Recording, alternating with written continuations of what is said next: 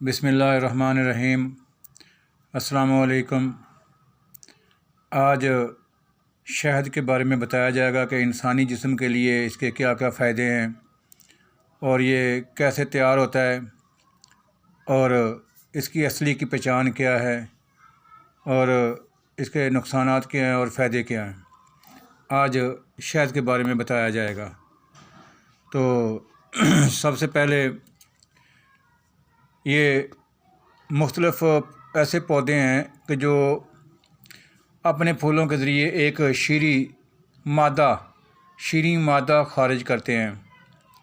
शहद की मक्खियाँ उस मादे को चूस लेती हैं और फिर इनके पेट में किमियावी तब्दीली वो जूस जो है वो किमियावी तब्दीली के ज़रिए वो शहद बन जाता है।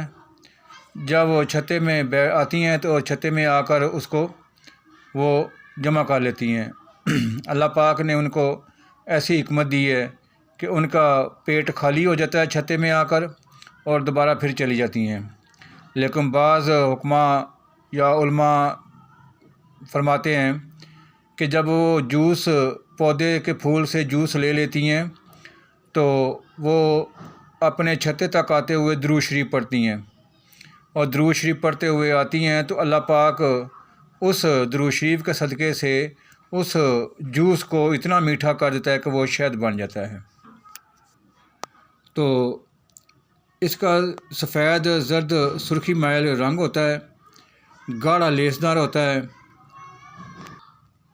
तो बाज़ हुक्मा या हकीम साहबान इसका मजाज गर्म खुश्क करार देते हैं, लेकिन इसके अफ़ाल असरात इसके मजाज बरअक्स हैं। मसलन यरकान के मरीज़ को इससे नुकसान होना चाहिए क्योंकि वो तो गर्मी से होता है यरकान, और शहद भी गर्म है लेकिन उससे उसको फ़ायदा होता है। दूसरा तकतीर बौल यानी पेशाब जल सड़ कर आना, उससे गर्मी से होता है लेकिन शहद से उसको फ़ायदा पहुँच। इस तरह सोज़श वाले मरीज़ जो हैं उनको भी गर्मी से गर्म चीज़ जो है वो माफ़क नहीं बैठती, इसलिए लेकिन शहद से उसको फ़ायदा पहुँचता है। यानी सफ़रावी जो भी चीज़ें हैं, जो भी बीमारियां हैं, तकलीफ़ें हैं, वो शहद से उनको नुकसान होना चाहिए, लेकिन इसके बरअक्स है, नुकसान नहीं बल्कि उससे फ़ायदा होता है। लिहाजा शहद को गर्म खुश्क का मजाज करार देना गलत साबित होता है। इसकी असल मजाज इसका जो है वो तर गर्म है इसका मजाज, जो कि तरी देता है और गर्म तरी देता है, तो जिससे उसके खुश्क मिजाज को शहद से फ़ायदा होता है। लिहाजा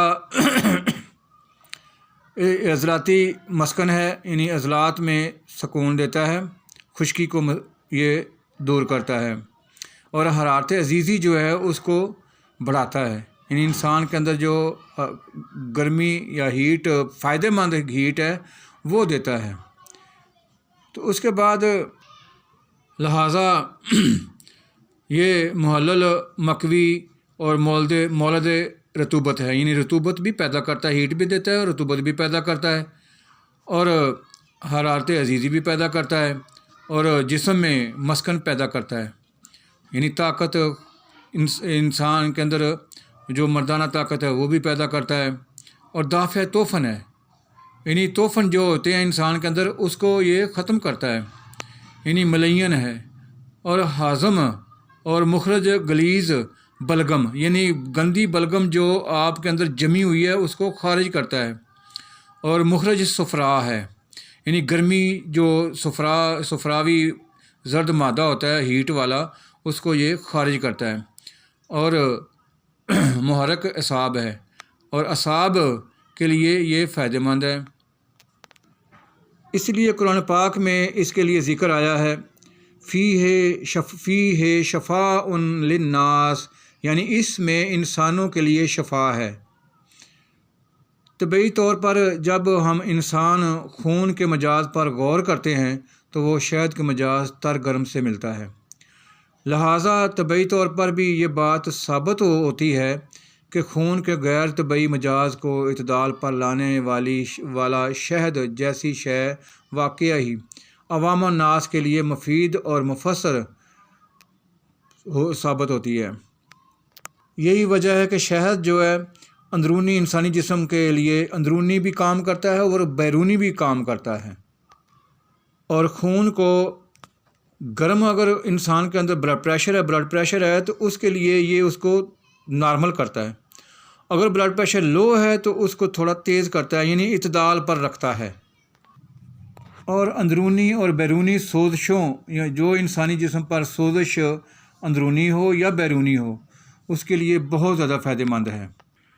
لہٰذا اندرونی طور پر سینے کی جلن، پیٹ کی جلن، پیٹ درد، پھیپھڑوں میں نمونیا کا درد اور بھی عین اور بھی جو ورم ہوتے ہیں ان کو بھی یہ دور کرتا ہے۔ تو شہد بچوں کے مجاز کے عین مطابق ہوتا ہے، یہی وجہ ہے کہ شیر خوار بچوں کے لیے دودھ کے بعد دوسری چیز فائدہ مند ہے تو وہ ماں کے دودھ کے بعد اگر کوئی چیز فائدہ مند ہے تو وہ شہد ہے۔ تو جوانوں کے لیے نہ صرف ان کی نشو و نما بڑھاتا ہے بلکہ ان کے لیے یہ طاقت مختلف قسم کی تکلیفوں کو بھی دور کرتا ہے، جوانوں کو مختلف قسم کی تکلیفوں سے بھی نجات دلاتا ہے، مثلاً ڈبہ، اطفال، کھانسی، نزلہ، زکام، بد ہضمی، قبض، پیچس، کانچ کا باہر آنا، پیٹ کے کیڑے وغیرہ۔ استسقاء کے مریض کو 2.5 تولہ سے 3 تولے تک ایک ماہ تک پلائیں، انشاءاللہ استسقاء رفع ہو جائے گا۔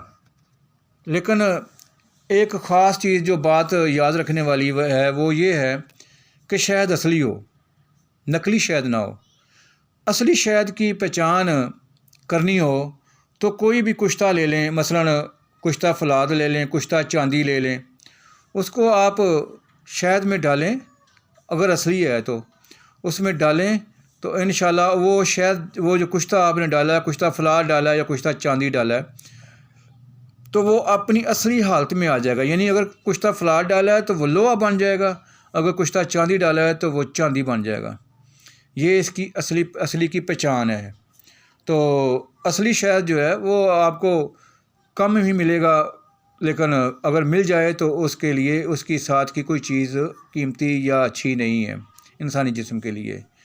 تو آج کی ویڈیو اتنی ہی کافی ہے، تقریباً کوشش کرتا ہوں کہ شارٹ ہو جائے لیکن پھر بھی لمبی ہو جاتی ہے، کیونکہ بعض دوست کہتے ہیں کہ جی ہر چیز کی تفصیل بتائیں، اس کے فائدے، اس کے نقصان، ساری چیز بتائیں، تو یہ بتانے سے لازمی بات ویڈیو سے لمبی ہوتی ہے، تو یہ بھی بات یاد رکھیں۔ باقی انشاءاللہ ملتے ہیں پھر نیکسٹ ویڈیو میں۔ تو آج کی ویڈیو اتنی کافی ہے، سبسکرائب، لائک اور کمنٹس ضرور دیتے رہا کریں۔